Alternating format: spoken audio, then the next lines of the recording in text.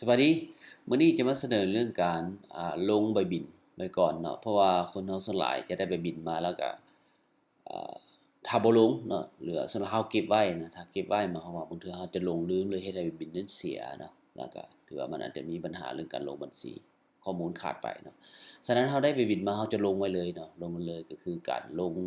ใบบินค้างไว้เนาะค้างนี่ต้องส่งไว้ซั่นๆ มันมี2วิธีเข้าเนาะหนึ่งคือเข้า Bullybond Expense เนาะเขาอยู่ในนี้ Expense แล้วเขาก็เบิ่งอยู่ใน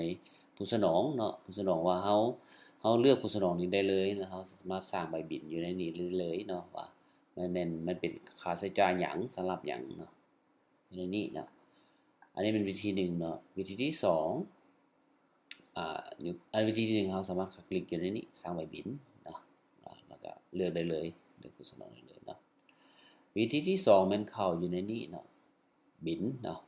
บิลนี่เนาะก็คลิกอยู่ในนี้หน้าตาคือกันแต่ว่าอยู่บนนี้เขาจะได้เลือกว่าแม่นผู้สนองผู้ใดนะผู้สนองผู้ใดยกตัวอย่างว่าค่าไฟเขาค่าไฟเป็นบริษัทไฟฟ้าเขาก็เขียนตัวเลขเขียนหนังสือสื่อจะออกมาโหลดรายชื่อนี่เนาะเขาจะออกมาโหลดนะค่าไฟหลังจากนั้นเขากลับมาเบิ่งว่ารหัสบัญชีเป็นหยังรหัสบัญชีเป็นหยังเนาะยกตัวอย่างข้าพเจ้าได้สร้างรหัสบัญชีเป็น658การบริหารทั่วไปนะค่าไฟเขาก็สามารถเลือกได้อยู่ในนี้ตัวนี้เราสามารถเขียนได้เนาะค่าไฟนี่ตัวอย่างเขียนค่าไฟฟ้าค่าเปลี่ยนภาษาเนาะค่าไฟฟ้าเดือนไหนเดือน7หรือเดือน 6เนาะเดือน6นะจำนวนเงินเท่าใดตัวอย่างเท่าไหร่นะ500,000บ่300,000แล้วแต่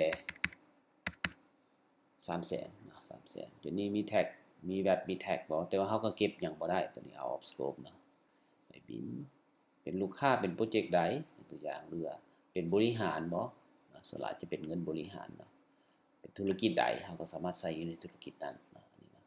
เป็นตัวอย่างว่าเป็นพวกโรงแรมเนาะธุรกิจโรงแรมเขาเสียเงินเท่านี้หลังจากนั้นเขาก็สามารถเซฟเนาะเซฟได้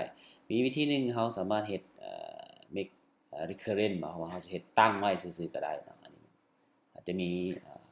แนะนำในครั้งต่อไปหลังจากนั้นเขาก็เซฟเนาะเซฟอันนี้เซฟถือว่ามันจะเข้าเป็นหนี้ไปบินเซฟเรียบร้อยเนาะขอขอบใจ